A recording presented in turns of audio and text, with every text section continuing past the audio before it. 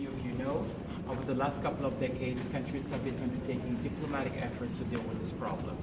And then in 2003, the Security Council passed a resolution to set up what we call here the roadmap. The end goal of the roadmap is to create a state of Israel and a state of Palestine that can live side by side peacefully with secure borders.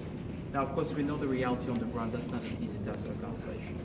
There is an organ that is in charge of this roadmap work. It's called the Quartet.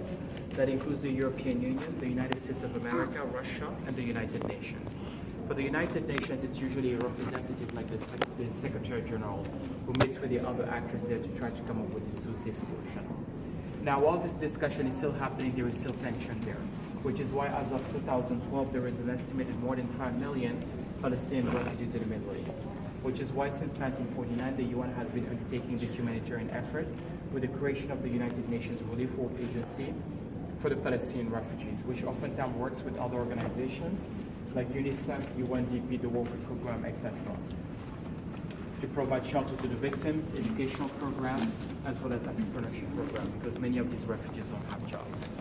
Now, to get to the bigger picture of the crisis in the Middle East, with the refugee crisis and the ongoing wars, so let's look at the numbers here.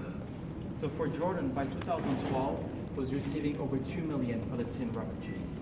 3 months ago, we had a representative from UNHCR who told us that in 2015, Jordan was receiving 700,000 Syrian refugees. Lebanon has 4 million inhabitants and now 2 million refugees. About 500,000 Palestinian refugees and 1.5 million Syrian refugees. 2 months and a half ago, we had a group of students, just about your age, who came to visit the UN, and their teacher was telling us that in a lot of their public schools, they have to be open for 2 shifts, morning shifts and evening shifts, to help accommodate for the Syrian students and their teachers. Syria, by 2012, was receiving about 500,000 Palestinian refugees, but now we know the situation in Syria is a war zone. About 50% of the Syrians have been displaced internally, and those that have fled the country. And during the last 5 years of war, about 400,000 Syrians have been killed. So that's why they're fleeing the country, because that's normal human instinct. You flee death. Okay?